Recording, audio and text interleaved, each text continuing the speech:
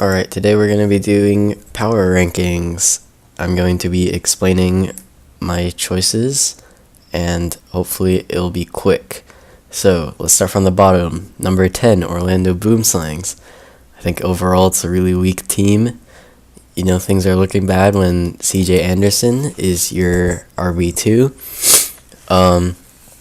Generally, you want running backs in your flex slots, and it doesn't look like they really have anyone. Perhaps Rashad Penny in the future.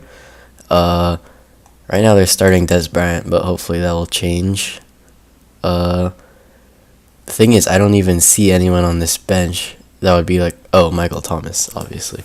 Alright, so their wide receivers are decent, but their RB2 is just so weak, and besides Rashad Penny, there's not really anyone on this roster that could potentially even take over that spot in the future, so they're going to have to get really lucky on the waiver wire, which is going to be pretty thin because we have really big benches. Alright, next is the Scorchers at number 9. So first of all, their lineup isn't set, but I'm not going to be factoring that in. So what we have here is another team that suffers from bad running backs, and I really emphasize running backs in my power rankings. I think they're the backbone of most teams. They score the bulk of the points. Obviously, quarterbacks score the most, but most quarterbacks are more or less the same. Running backs are what sets your team apart. Good wide receivers will set your team apart too, but if you look at this team, they've got Devontae Adams, which I like, Cooper Kupp, who has potential, and then Larry Fitzgerald, who's going to be here for maximum maybe 2 or 3 more seasons, so I just don't see this team working out. Number 8, we have the London Legacy. This team has the most potential to spoil my rankings. I definitely think they have a lot of potential. I just think the biggest problem is that while Mark Ingram is suspended, I believe it's for 4 games, this team just doesn't have enough running back power. They got Carlos Hyde, Rex Burkhead. They have Devontae Freeman as their RB1, and then I would assume probably Rex Burkhead as their RB2. Once Mark Ingram comes back, however, the story's going to change. They'll have really good wide receivers in Hopkins, and I think Cooks can make a pretty big splash this year. But until Ingram comes back, their running back situation is looking kind of grim. Alright, next we got the Shanghai Monkeys. We have a pretty decent team here. Obviously, the biggest concern would be the wide receivers. They have a strong running back duo, which I really like. I think those guys are young. They're going to be the core of this team for a really long time.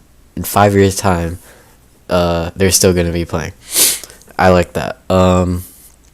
Stephon Diggs, I know he's really hyped up this year. I think he has the potential to live up to the hype, but it is a new quarterback, so he's not obviously someone you want as your wide receiver 1. You have John Ross, who I don't even know if you want him in your starting roster. You have Josh Gordon, who's obviously very risky, and Will Fuller, who can be boom or bust. He was really good the few weeks that Deshaun Watson was in.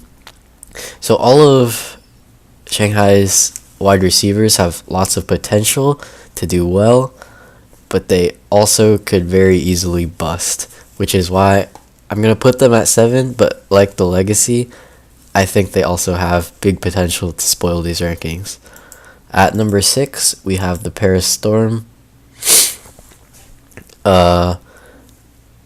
It's just an overall solid team, but they have good wide receivers. Odell Beckham, Mike Evans kind of had a rough year last year, but I think he can bounce back. But their running back situation, like a lot of these lower half teams, is in dire need of some more firepower. They have Christian McCaffrey as their RB1, which is decent, but you might want to shoot for a better one. And then after that, there's a lot of mediocre players like Alex Collins, he has big potential this year. Is the RB1 of the Ravens, but the Ravens are a pass first team. I don't know how good he's gonna do. Lamar Miller, he's been solid for the past few years. Always a decent flex option, I would say. Not someone you'd want in your RB2 position. Peyton Barber, I don't like. Obviously, Ronald Jones seemed like a huge bust in the preseason. Peyton Barber, does he have the starting job? I don't know, but Tampa Bay running backs in general, I just wouldn't trust any of them right now. He's got Tariq Cohen, who has big potential for the future, especially in this league, which is a half PPR league. Frank Gore, obviously not going to do very much. I've heard a lot of Patriots fans hype up Jeremy Hill, but I don't know. So, another team, great wide receivers, could use some work on the running backs. Still a playoff contender, in my opinion. That's why I put them top 6. Number 5, Toronto Snowmen. They recently made a trade for Le'Veon Bell. Obviously, he might not even be playing. Who knows? Seems to be a decent team. Has strong running backs. Has Bell, Elliott, Howard, and Ajayi, who just scored a touchdown as I'm recording this. Obviously, the biggest need would be wide receivers. Although their wide receivers, Baldwin, Hogan, very, I would say consistent. I don't think either of them let down too much last season. I think Hogan has the potential to be Tom Brady's number 2 receiver in general behind Gronk. As for the bench, not much to see here. Obviously, keep an eye on the Le'Veon Bell situation. Tevin Coleman obviously always has potential, but he's always going to be in the shadow of Devontae Freeman. So I would say overall, pretty decent team. Definitely going to be a monster in the future if Le'Veon Bell comes back, either with the Steelers or another team. Until then, they're going to need to work on their wide receivers a bit. Next up, we have the Tokyo Moose. We got really strong running back duos. I really emphasize that in my rankings. I think, as I said before, strong running backs are the backbone of the team. This team has probably the best running back duo in the league in David Johnson and Kareem Hunt. They're kind of, I would say they're like an exaggerated version of the Toronto Snowmen, where they have better running backs, but like even more mediocre wide receivers. You've got Nelson Aguilar, who's having a decent game as I'm recording this. 31 yards and 3-4 catches. Allen Robinson, who knows? Emmanuel Sanders, obviously always a decent wide receiver too. Robbie Anderson, he had a good season he had a good last season, but some off the field issues. Overall, decent team, strong running backs, needs a lot of work with the wide receivers, even more so than the Toronto Snowmen. Oops. Next up, we have the New Mexico Haciendas at number 3. I think this is a really strong team.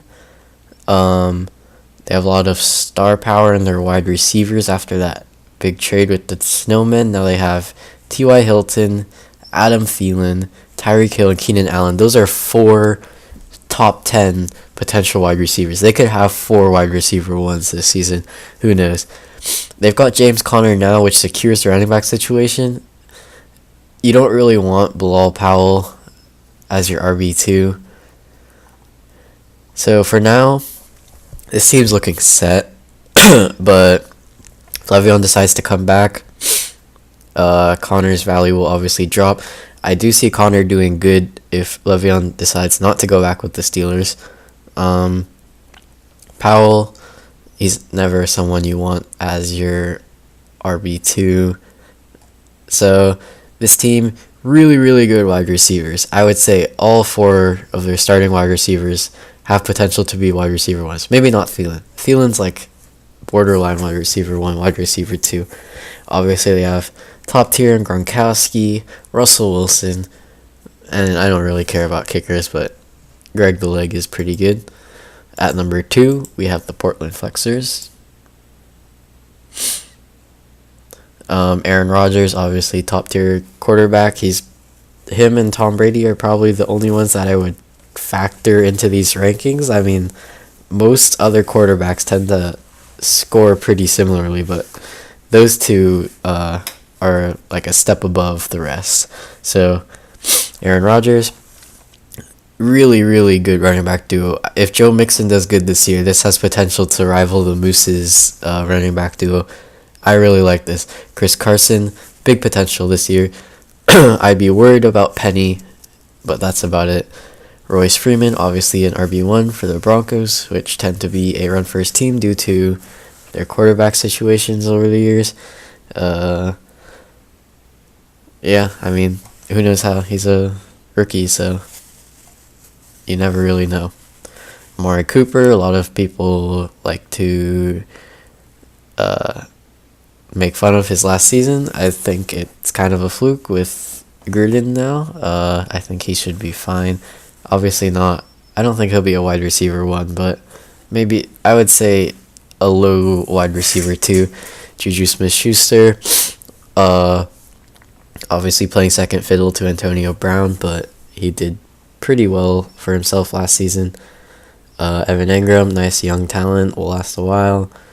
And nothing too interesting on the bench. Lots of rookie wide receivers with potential to... I really like how he built his team. He has a lot of guaranteed power with these running backs. And then with the wide receivers, he has mediocre wide receivers. That's okay because he's building up a lot of talent over time. And even if one of these turns out to be a hit, then the team's set. So I really like how this team was built. And at number 1, we have the Beijing Dragons. And that's partly just because these rankings don't factor in the future as much. It's more talking about just the current season. And if you just look at the current season, this team looks amazing. You have Andy Dalton. Obviously, I don't put too much weight on quarterback. And then you've got running backs of LaShawn McCoy and Dalvin Cook, which are both, I would say, RB1s. Some people... And then you've got Marshawn Lynch, too, which a lot of people don't like because he had a bad start last season. But if you actually look at the stats, Marshawn Lynch had a pretty impressive second half of the season. I'm pretty sure he was like an RB2 at least during the second half of the season. Just look up his stats. Obviously, you got Antonio Brown, Julio Jones, insane duo. You got Demaryius Thomas, like he's no slouch either. Jarvis Landry, big potential on the Browns, especially with a quarterback like Tyrod Taylor. Kyle Rudolph, really good tight end. And yeah, I think this team has the highest chance to win it all this season. So that's going to do it for my rankings. Here they are once again. And thanks for watching.